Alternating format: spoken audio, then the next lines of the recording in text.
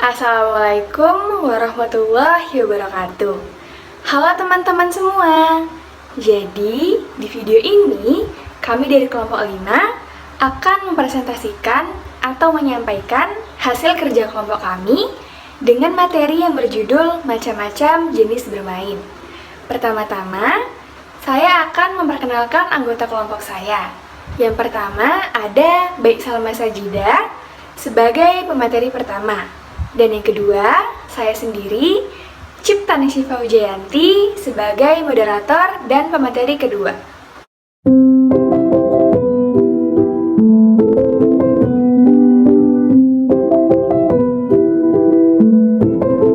Assalamualaikum warahmatullahi wabarakatuh. Perkenalkan, nama saya Baik Salma Sajida. Di sini saya akan menjelaskan tentang macam-macam bermain. Bermain merupakan hak yang dimiliki oleh setiap anak. Bermain merupakan tempat anak-anak mengungkapkan segala bentuk tingkah laku yang menimbulkan perasaan senang dan tanpa paksaan. Pada awalnya, bermain dianggap sebagai aktivitas yang disepelekan dan belum mendapat perhatian yang khusus dari para ahli jiwa karena masih kurangnya pengetahuan tentang psikologi perkembangan anak. Menurut Suminat, tahun 2019 membagi kategori bermain berdasarkan tipe aktivitasnya, yaitu yang pertama bermain imitasi.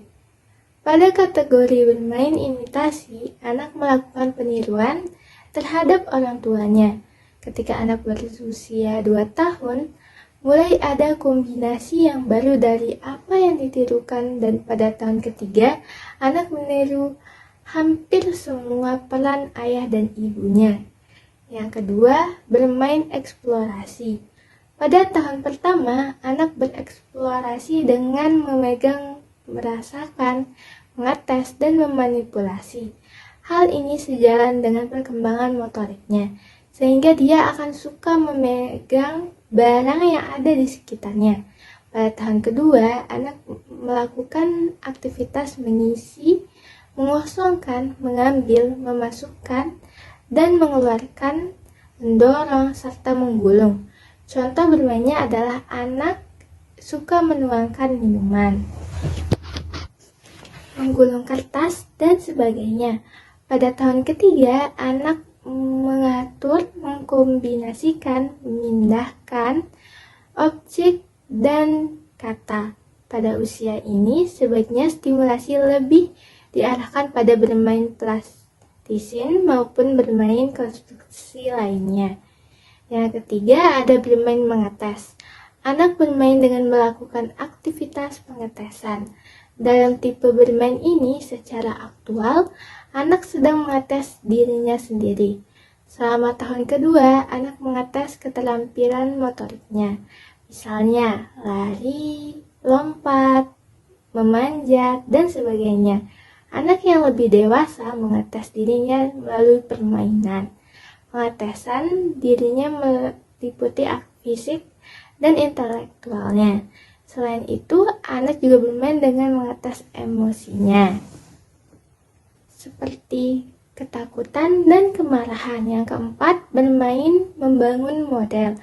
Pada usia anak 4 tahun, bermain membangun model menjadi lebih eksplisit. Anak mulai mengatur elemen-elemen berdasarkan eksperimen-eksperimen bersama dengan cara yang unik. Anak bermain menjadi lebih kompleks dan interaktif sejalan dengan meningkatnya usia. Pembagian jenis mainan yang lainnya adalah melihat proses bermain melalui beberapa orang yang terlibat dalam mainan. Berdasarkan pembagian ini, maka mainan dibedakan menjadi individual play dan cooperative play. Pembagian besar lainnya adalah membagi macam mainan menjadi 2 kelompok, yaitu social play dan cognitive play.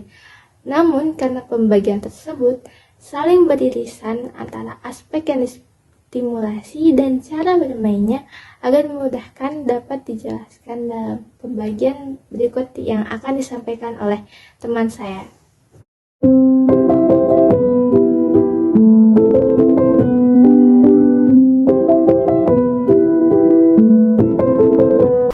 Selanjutnya, saya akan menyampaikan Pengertian dan contoh dari social play. Social play merupakan kegiatan bermain yang melibatkan orang dalam memainkannya. Dalam permainan social play, anak lebih senang bermain secara kooperatif atau secara berkelompok, yang dimana terjadinya interaksi di antara mereka. Social play mulai terjadi ketika anak-anak bermain secara bersama-sama serta berpartisipasi antara satu dan yang lainnya.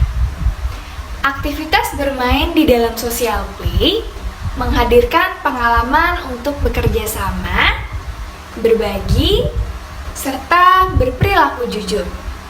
Social play diartikan sebagai keterlibatan dalam perilaku dalam konteks interaksi sosial.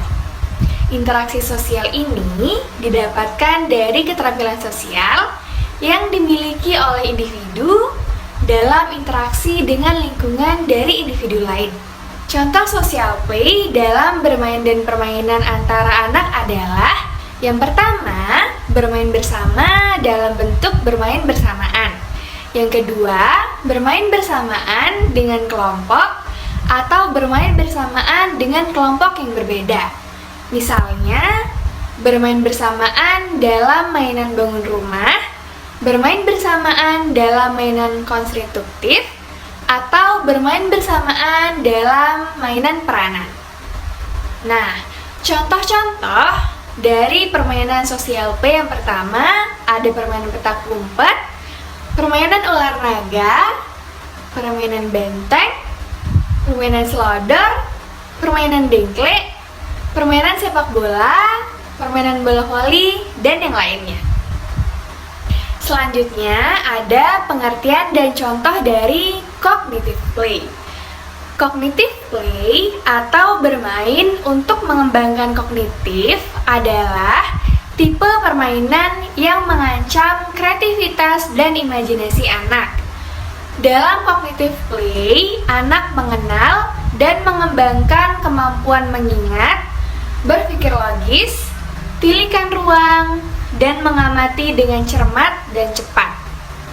Permainan ini bertujuan untuk mengembangkan kemampuan kognitif anak, seperti memahami konsep simetri, menggabungkan fungsi belahan otak kanan dan otak kiri, dan mengembangkan kepemimpinan.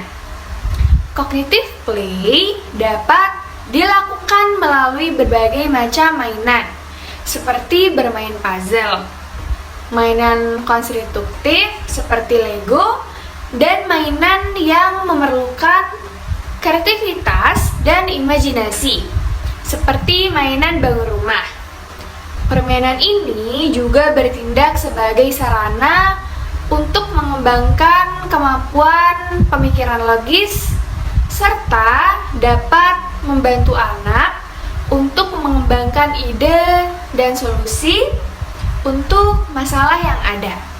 Contoh dari permainan cognitive play yang pertama ada menyusun puzzle, yang kedua ada menyusun balok, yang ketiga ada menyusun rubik, yang keempat permainan sudoku, yang kelima permainan teka-teki silang, angka, dan yang lainnya.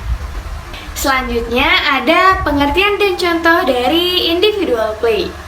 Dalam permainan individual play, anak terlihat seperti berada dalam kelompok permainan.